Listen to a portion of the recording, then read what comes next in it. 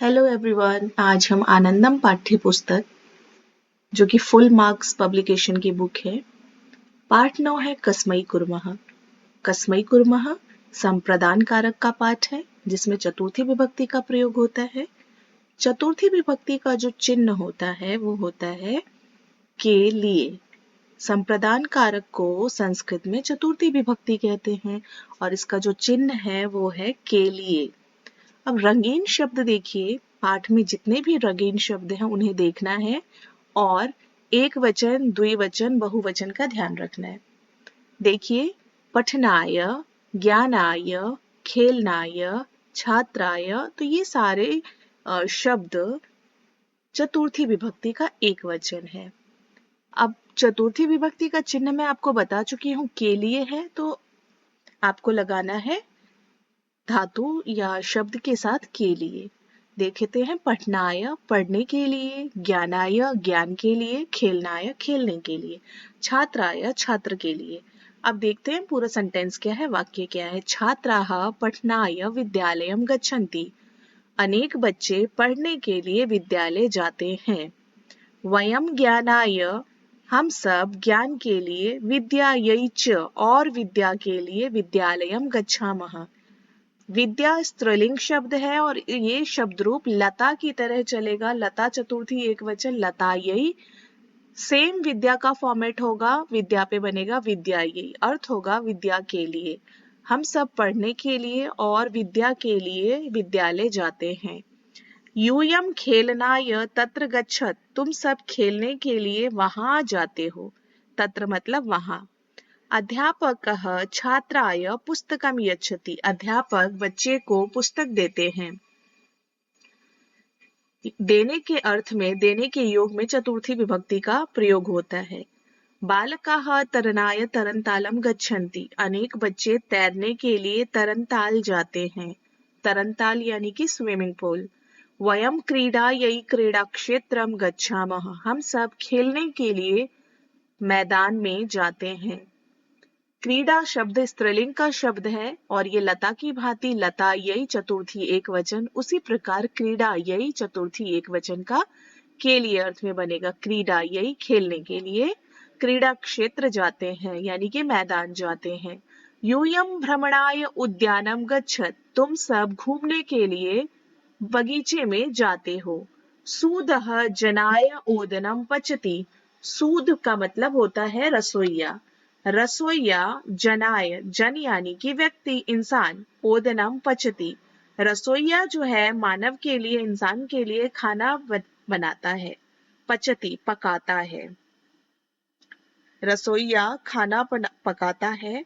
अम्बा पुत्राय भोजनम यच्छति, अम्बा यानी कि मदर, माता, पुत्र के लिए भोजन यच्छति देती है। अब यच धातु का अर्थ होता है देना।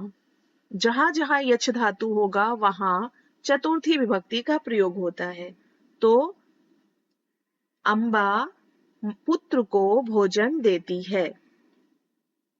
जनकः भृत्याय रूपकानि यच्छन्ति, जनक जो है भृत्य, भृत्य नौकर के लिए रूप्यकाणि यच्छति, नौकर के लिए रुपया देते हैं। इदम अपि पठत, यह भी पढ़े। मूषकः कर्तनाय प्रसिद्ध अस्ति, चूहा काटने के लिए प्रसिद्ध है। कर्तनाय काटने के लिए। कुक्कुरः रक्षणाय, कुक्कुर रक्षा करने के लिए। हंसः विवेकाय एव प्रसिद्धः अस्ति, हंस विवेक के लिए यानी कि सही गलत करने के लिए प्रसिद्ध है। बिडालः दुग्धाय, बिल्ली दूध के लिए। वानरः कूर्दनाय, बंदर कूदने के लिए। बकः ध्यानाय, बगुला ध्यान के लिए। अश्वः धावनाय, घोड़ा दौड़ने के लिए। कपोतः संगठनाय, कबूतर संगठन यानी कि ग्रुप के लिए। सिंहः गर्जनाय, शेर गर्जन करने के लिए प्रसिद्ध है। आप यहाँ पे जितने भी रंगीन शब्द हैं, रंगीन शब्दों को देखिए और आपको रंगीन शब्दों का अर्थ चतुर्थी विभक्ति में लगाना है। यहाँ देखते हैं, सरितः परोपकाराय वहन्ति, सरिता परोपकार के लिए बहती है। अनेक सरिताः यानी कि बहुवचन में है, परोपकार के लिए बहती है। ताः वे सब, अस्मभ्यम जलम यच्छन्ति वे सब हम सबको जल देती हैं। वयम हम सब, क्षालनाय स्नानाय पचनाय च जलम वाञ्छामः हम सब नहाने के लिए, स्नानाय क्षालनाय धोने के लिए, पाचनाय पकाने के लिए जल की इच्छा रखते हैं, जल चाहते हैं। इदमपि ज्ञायताम यह भी जानिए, विद्या विवादाय च धनम मदाय शक्ति परेशान परिपीडनाय खलस्य साधो विपरीतम एतद् ज्ञानाय दानाय च रक्षणाय। जो दो प्रकार के लोग होते हैं, आपको पता है, एक अच्छे लोग होते हैं, एक बुरे लोग होते हैं। अच्छे लोगों की विद्या किस काम आती है, बुरे लोगों की विद्या किस काम आती है। अच्छे लोगों को जो धन मिलता है वो क्या करते हैं, बुरे व्यक्तियों को धन मिलता है तो क्या करते हैं, वो श्लोक में देखते हैं। विद्या विवादाय धनम मदाय, जो खल व्यक्ति है, दुष्ट व्यक्ति है, खल मतलब दुष्ट, जो दुष्ट व्यक्ति होता है उसकी विद्या विवाद के लिए होता है, वो आर्ग्यूमेंट करता है। धनम मदाय, पैसा आ जाता है तो घमंड करता है। शक्ति परेशान परिपीडनाय, और अपनी शक्ति से दूसरों को कष्ट देता है। ऐसा कौन करता है, खल व्यक्ति यानी दुष्ट व्यक्ति। साधु विपरीतम एतद, जो साधु व्यक्ति होता है यानी कि जो अच्छा व्यक्ति होता है, उसमें ये विपरीत होती है कि वो ज्ञानाय दानाय च रक्षणाय, अपने विद्या का ज्ञान के लिए प्रयोग करता है, धन का दान के लिए प्रयोग करता है, और शक्ति को रक्षण, दूसरों को रक्षा करता है, रक्षा के लिए प्रयोग करता है।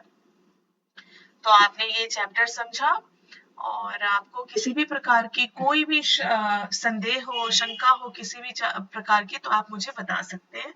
कोई भी डाउट हो तो कमेंट करिए। आपको पता है जिसके लिए क्रिया की जाती है उसे संप्रदान कारक कहते हैं, और आपने बहुत सारे रंगीन शब्द देखे हैं जिससे संप्रदान कारक की पहचान हुई होगी आपको, और जिसका अर्थ के लिए होता है। विवादाय विवाद के लिए, परिपीडनाय दूसरों को कष्ट देने के लिए। उपद विभक्ति का ये दो शब्द बहुत ही इंपॉर्टेंट है। दा